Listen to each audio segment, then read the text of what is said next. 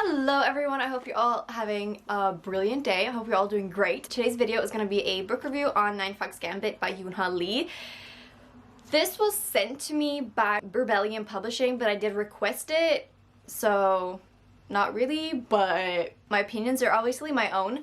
This was something definitely different than anything I've read before. It is a hard sci-fi taking place long into the future, and you're basically following Cheris, who is a frontier soldier in this system, and Kel are basically kind of the lowest in society. They're the soldiers, and what they do are being controlled like by the government in this. And our main character Cheris is a Kel, but she gets upgraded when one of her missions completely fails and she gets to be a commander.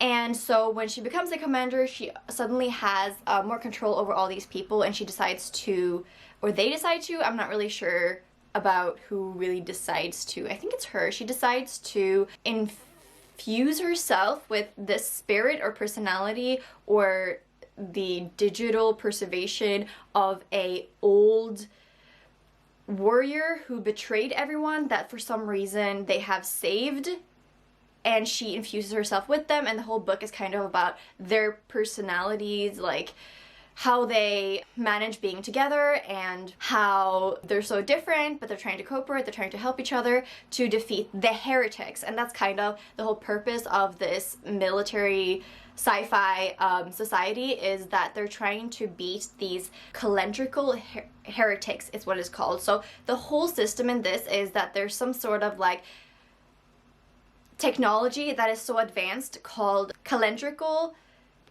science or mathematics, which basically controls the way the universe works, and it's based on the way you structure your calendar, but it's all based on very tough math and quantum physics. Basically, there is this thing that the soldiers are trying to beat called calendrical rot, which is created by heretics who don't follow the same calendrical system that they follow, and therefore basically creates this rot in a fortress that is supposed to create some sort of energy that reinforces the right calendrical math. This book, if you haven't already noticed, this book is so complicated. It has, like, I don't even know what I read. Like, I don't even know what went on in this. The world building is so huge, but at the same time, you're dropped straight into the plot. You don't know what's going on, and the whole time I'm like, do we know this person? Are we supposed to know what is going on? What? I was so confused, and honestly, like, I love the whole idea of what this author was trying to do. I am actually in love with the world building in itself, and I think it's so huge and so detailed and so cleverly thought out, and I really love that. But I think something that would have made it so much better is if in the back there was a character list, or for example a dictionary, and then it would be kind of fine that they dropped us right into the plot, because then we could just look back and we could have all these words.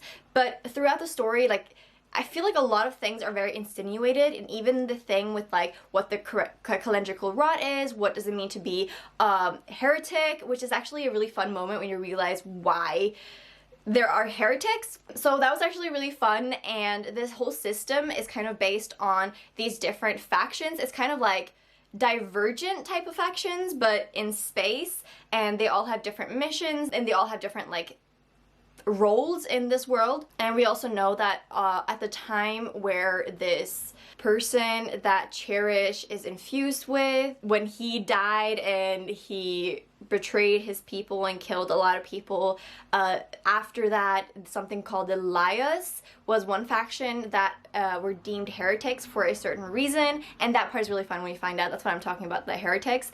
But everything is like insinuated, so you have to really read between the lines in this book. Like, you have to pay attention, and what I did was I looked at a ton of reviews both on Goodreads. I looked at a review on, I think, Solaris publishing website. I looked at a lot of YouTube a lot of YouTube reviews, and Connor O'Brien did a great one. I'll leave all those links down below, so maybe that would help you understand. There is also like formations that help them fight calendrical rot, and there's like shields, and there's so many things, but like literally none of it are explained. You're literally just dropped into it, and they insinuate that some things are used for other things, but it's never like properly explained. And that is definitely the biggest con in this, and it's such a huge con that it takes away from so much of the pleasure, which is so sad, because I literally think if this book had explained everything much better, it could still keep all the complexity, could keep all these things, and you would still be totally in it. But I think also what this author was trying to do is, because it's so far into the future, the math in this, there's no like math equations in it or anything, but it's so heavily new science that it almost seems like magic, and it isn't explained in a scientific way where we can understand because it's so far in the future. You know what I mean? I have two more cons on this book actually, and the first one being that there's these symbols that are used for the different factions, and every person within that faction has like a variation on that symbol, and I felt that was like a little bit cheesy in a way, and I didn't like that because this book is very adult written, I think, with the advancedness of it, but at the same time there were these like very childish elements with something I usually like, but I didn't like the way the author did it in this. Also the name for like the fortresses and the ships they're using, or like names for, they're not really called ship, I think they're called moths, I believe, are so cheesy, and I just didn't like that at all. I also didn't, what was the other thing? She forgot. Oh, I remember. Also the other thing, which I thought maybe was worse than the fact that they didn't explain things, is the fact that the environmental aspect of this is there's no description of like the surroundings, like what do the moths look like. I think there's like I said, there's insinuations for everything, and some parts are so well written about the way this author reflects on things in the society and thoughts. The philosophical parts are so good, and the parts where we do get some sort of physical description, like environmental description, it gets so good. But there is like, I can count on this hand how many times the author has explained the surroundings. Like, I have no idea. And the fact that they call things like fortress and that some people are born like planet side makes you think, right, that they are kind of on the space stations, but you never know, you know, because they say like, I come from a planet, which means that you're not on a planet,